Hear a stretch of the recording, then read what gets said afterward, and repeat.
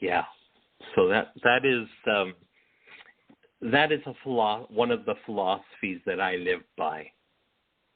And to know that every morning now that I get up with this new paradigm shift, and of course, we're just coming out of what I consider we're coming into a very interesting time.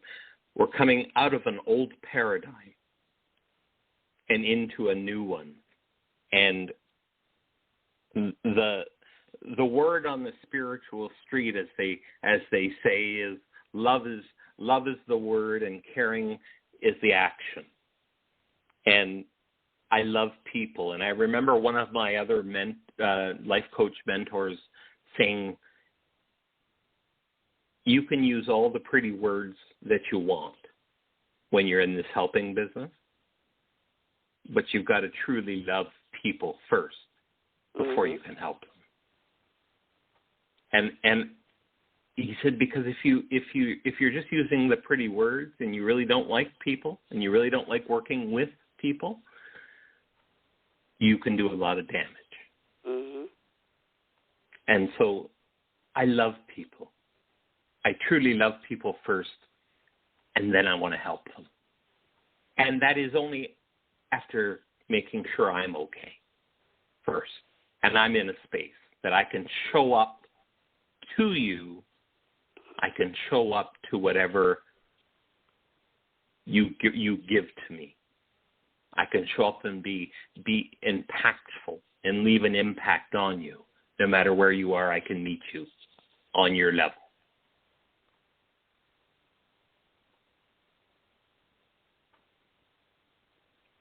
We don't usually have dead air space, but it seems to be prominent on today's call, which I'm wondering about that, because Richard and I have the gift of gab, and I'm thinking that maybe Melinda does too. Yes, I do. Well, that's sure what all this is about. Yeah, uh-huh. Yeah. It's the beauty. You've touched upon lots of valid points, I mean, first off, a shaman is a keeper of knowledge, a waysayer or a way place, you could almost say, of a tradition that is being shared. Yes. Okay, so yes, it's not just a matter of being called a shaman; it's being recognized within yourself that you already are. Yes, absolutely. Absolutely. And when that lady told me that, you're actually 100% spot on with that. You're right with that, because when she said it to me, she said, you are one. I said, I am one? I'm like, yeah, okay. How come I never knew this before? She goes, no, you have the gift. I'm reading you like right now. You have it. I can't tell you that it's off. The light is on. So it's only up to you to when you'd want to be able to either go to find someone and they can teach you, activate your skill and passion and so forth and whatever. It's true. Yeah, I do agree with that. Well, as Shane had mentioned earlier, we all hoard the answers to anything we want to know within ourselves. Yes. Yes, and absolutely. Of course, before you can grant the love of all beingness, in a manner of speaking, to someone else, you have to possess that love of all beingness within yourself. Yes. So again, it all starts with us. Yeah. And once we have gotten to a point that, we are at that loving self, because we have resolved within ourselves all that we need to resolve, then in turn we can willingly aid others, whatever capacity it happens to be. You know what I'm saying? Whether it be through exercise, whether it be through mental thought, whether it be through the sharing of emotion, whether it be through nothing more than a listening ear or the giving of energy and an energy exchange. Because in reality, we are all reflections of each other. Yes, we are. Yes. Yes, we are. Absolutely. Absolutely. I believe that 100% all my being. And, you know, it is, for all the people that are listening to the program this evening, for all the people at different various skill levels, maybe we have some people that are just beginning, maybe we have some people that have been at it for most of their life, the healing work. And that is wonderful if you've been at it all your life. One of the things I see with new folks, and it was the same for myself, is that I didn't take care of myself at first when I was learning the shamanism. Mm-hmm. I went right out and started, I'm going to help. No one had told me to take care of myself first. Well, see, that's part of the reasoning why I rather to listen to someone school me and teach me the way, because I was told, just like anything else, if you're a higher example of something, you still have to take care of yourself. Yeah. No one can do that for you. Yeah. It's just designed that way, you know. So, okay, maybe I can read people, I can do this, I can do that, help them in that way. But do I have to do something for myself? Yes, I do. I have to take care of myself. Yes. Before I can help someone else. Because I'm absolutely a doctor or a helper in another way in life of terms. Yes.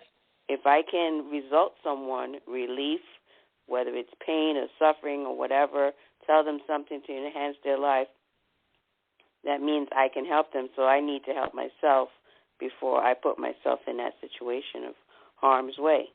You have to protect yourself, you know, with the energy, the force, and like the force is with you, the same thing.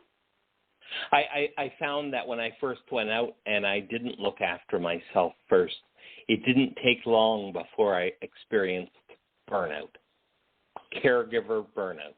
But my caregiving was with not my own family, but I was helping people happily with my new shamanic skills, and I didn't look after myself first, and I burnt out after about a year.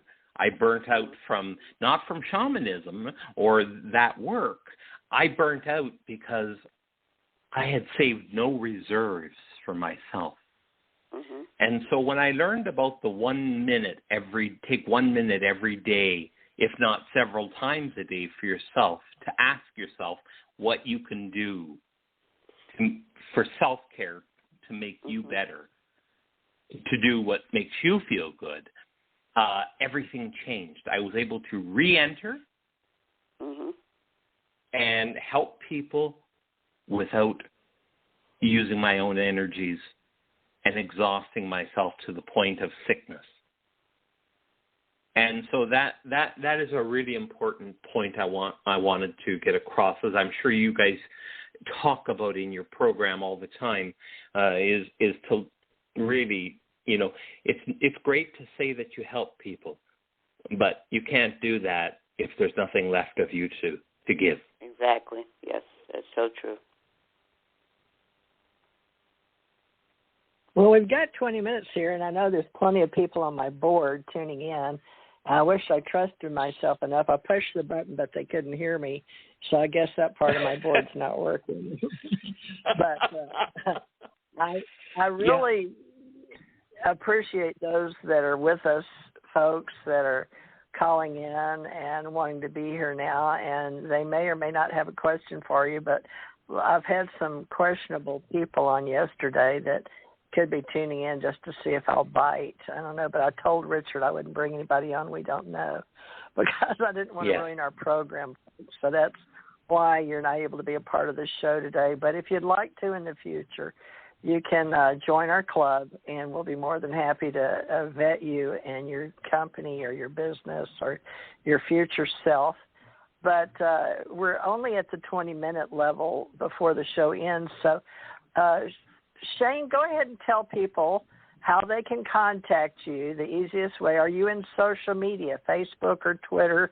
I know you're on LinkedIn because that's how I met you, but go ahead and do a little promo for yourself if you don't mind, because before people get too close to the end, and let people know how to contact you.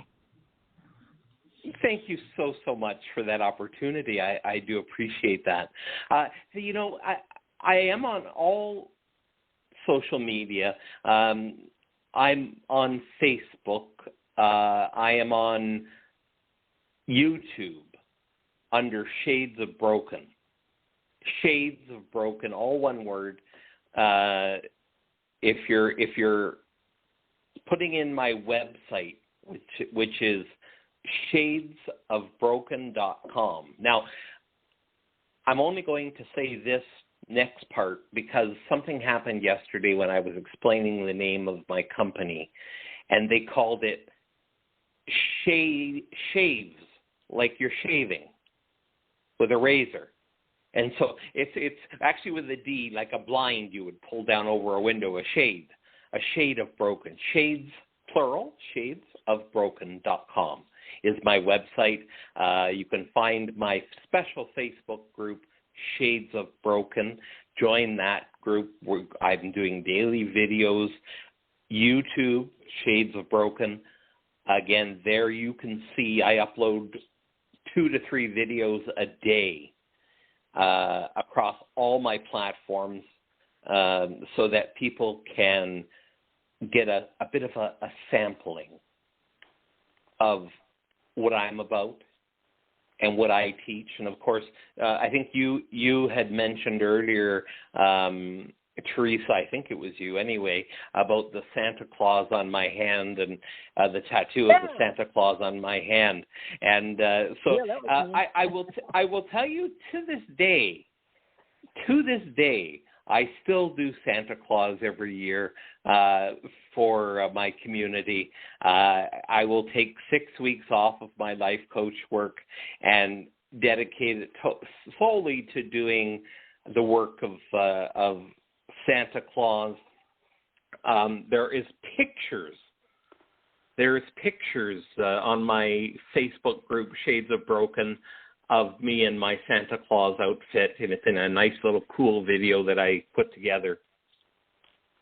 But it is truly, I feel as if I really am serving one calling, and whether that be as the life coach at shadesofbroken.com, or whether it be a Santa Claus at Christmas time, it's all spiritual work. And one thing my shaman teacher once told me, she gave me a Christmas book all about Santa Claus being a shaman.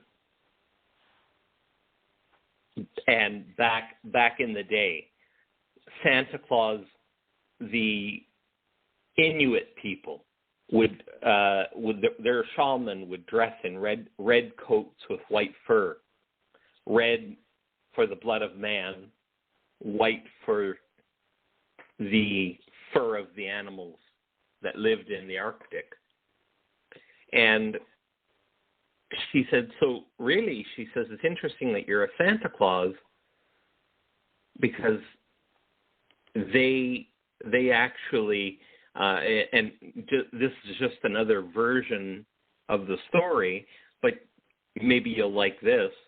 The up in the Arctic and up in the colder regions, they have psychedelic mushrooms that grow.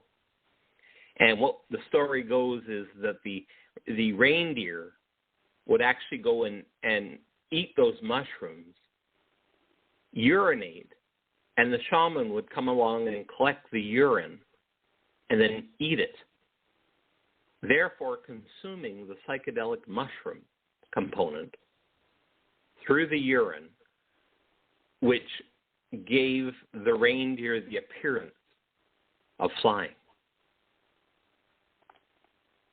Now, what do you think of that?